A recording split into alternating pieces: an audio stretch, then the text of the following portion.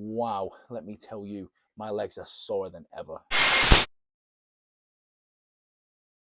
What's up guys, it's Beachbody again, and you've tuned into today's video because you've read the caption and clearly want to see a kick-ass leg training video. So, I'm going to talk you through the exact training program which I did. I will just let you know beforehand, I do have several different workouts for each body part, and I do rotate between them, especially in my off season, just to hit every single body part as efficiently and in as many ways as I can. But today's leg session is heavily quad focused. There is some hamstring work in there and some calf work in there. However, it is predominantly quad focused. So keep that in mind if you are going to use anything that I've done in your training routine. I will also just let you know, in case you're not already aware, that just because it works for me doesn't necessarily mean it'll work for you. Everyone is mechanically built a little bit different. So something that I feel is good for a certain part of my legs or a certain part of my body in general for training may not necessarily reflect as well for yourself. So keep that in mind if you're going to use it for your own training. But anyway, we'll get into the first exercise. It was an absolute killer. The first movement in which I did in this leg session was a leg extension. A leg extension with a twist. And what I mean by that is my amazing, brutal, very, very harsh trainer was pushing down on the pad, and I had full weight on the stack, meaning that the resistance from the top and the bottom of the movement was all the way through very, very, very consistent. Right from the bottom of the movement, there was constant tension all the way up to the top of the movement. As you can see, I am struggling all the way through that movement there. It's fantastic. A really, really good way to prepare your legs for the session ahead, because a leg extension isn't particularly very harsh on your knees. So it's a good way to get yourself warmed up and get some blood flow into your quads. I did this for around 4 to 5 sets, and I made sure my last 2 working sets, I did go to failure, and it was harsh. Fair warning, if you are new to training, I would say maybe don't go necessarily to failure. Do push yourself, but I, of course, like to take things to my limits, which you probably already know by now. If you're new to the channel, which will be quite a lot of you, you have yet to see exactly how far I push it. It is very far, guys. So maybe don't copy that, just take ideas. The second exercise in the plan was mainly to do a hamstring focused version of the first exercise, which was all for the quads. This second exercise is a seated hamstring curl.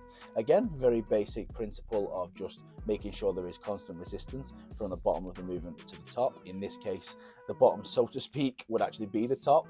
So from the point your leg is fully extended outward to the bottom of the movement where you squeeze your hamstring in, where you're bringing it towards yourself, there is constant tension from top to bottom.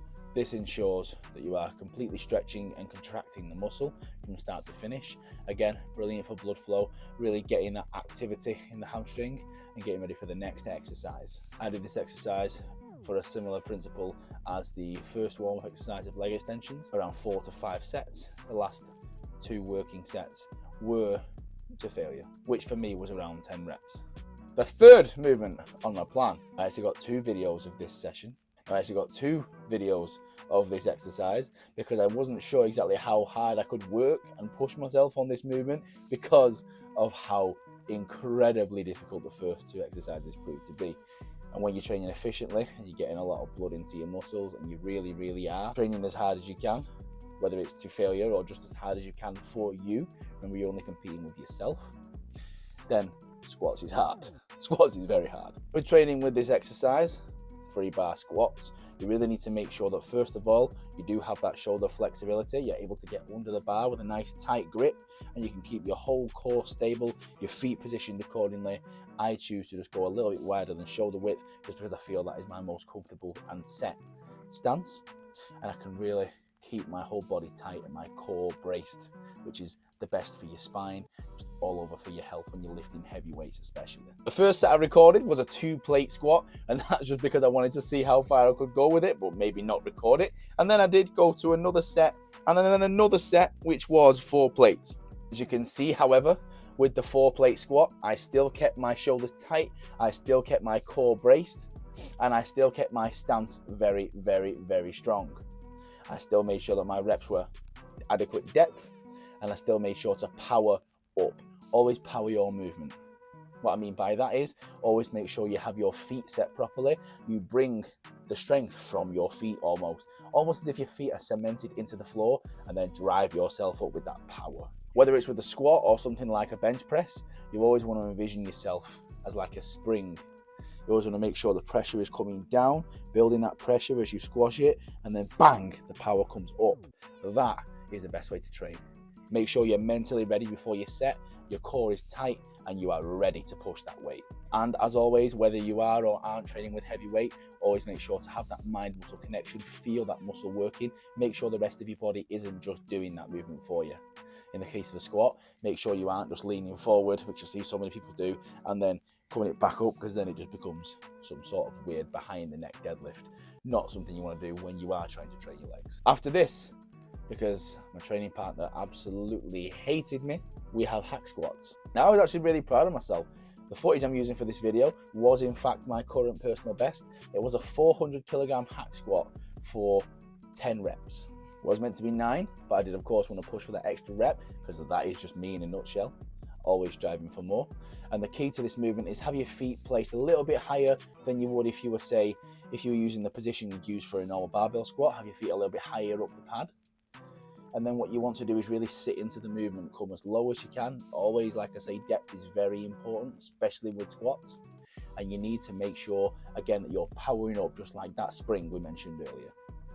Keep your body tight, keep your hands on those handles. Don't fall into the trap of letting your hands touch your legs. You can if you want at first, just to learn the movement and learn what it feels like, because sometimes it can feel a little bit unnatural, like you're going to fall and get stuck. But once you get used to that movement, if you haven't done it already, then you do need to make sure that you keep your hands away from your legs. Really try and keep your hands on those handles and let your legs do all of the lifting. I did this exercise, worked up in increments of 2 plates a side, till I got to 400 kilograms. And then I did a top working set of 10 reps. Really got the strength training done, really got the blood into my muscle, really made some tears and did some damage. Remember, we're trying to spur hypertrophy in the off season. We're not just trying to look cool, and we're not just trying to pump weights just like Arnold Schwarzenegger in Pumping Iron. That's not what we're trying to do. What we're trying to do is spur our body to grow more muscle tissue. We need to push ourselves to our strength limits with proper form and make sure that we are stimulating the muscle and making sure the body knows that we do need to create more tissue. And that's why we're using the methods that we're using to spur hypertrophy or hypertrophy, however you want to pronounce the word. I don't know. I just live it. The next exercise. Why do I hate myself? We supersetted lunges with standing hamstring curls. Don't ask me why, I won't tell you. I just wanted to up. Oh, I could have worded it so much better than that. It really, really, really hurt. But that's how we roll. So as you can see, I have a track, a pretty standard track, what most gyms will have some variation of. I did set myself to quite a wide stance. I am meeting my foot placing at the white marker on the track, and each white marker was a lunge. So I did my lunges there, 1 lap, my lunges back, and then what I would then do is go and do my sets on the hamstring curl, a superset. Then I would then rest and then come back and start over again. When I was getting really close to the end of this superset of the workout, I would begin to then do very, very narrow lunges. By that I mean I would take my steps a lot closer together with my lunges to get more reps and a bit more of a stretch on the quads as well.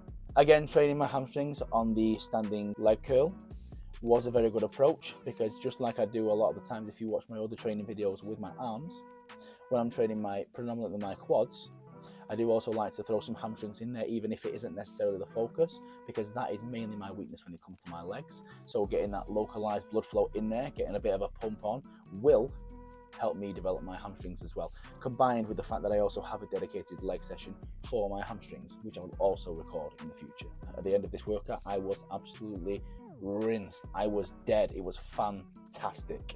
You want to see how bad it was? I posted it on my Instagram. Get following the Instagram, BeachBodyJoey_. So like I said with the lunges, 1 lap there and 1 lap back. That was classed as 1 set for the lunges. And then I did 1 set with the standing curl before I had a break. Altogether, let's call that all 1 set. I did 4 sets and I was absolutely finished. Guys, the message that I'm putting across in my training videos is as long as you're training a little bit harder every session, sometimes you will fall back, sometimes you won't feel your best, but as long as you're consistent and most of the time you can put more effort in, a little bit more, one more rep, a bit more energy. It doesn't even have to be the way you're training, just your mindset. If it's a little bit better every single day, you will make progress. You don't have to spend hours in the gym. I absolutely died in this session and I am still sore. At the point of recording this video, it's 24 hours on. Wow, let me tell you, my legs are sorer than ever. I haven't felt them like this for a while. This session is great and it is geared towards my needs. Take something out of it if you feel like it's necessary, but don't just copy it. You can if you'd like to. It is a good starting point, but tweak things, learn what works for you. But guys, just train harder all the time. Have a great mindset, work on yourself, and be a better you than you were yesterday. And that's all you need to do. Thanks for watching the video, guys. Like, subscribe, click the bell, and I'll see you guys in the next video.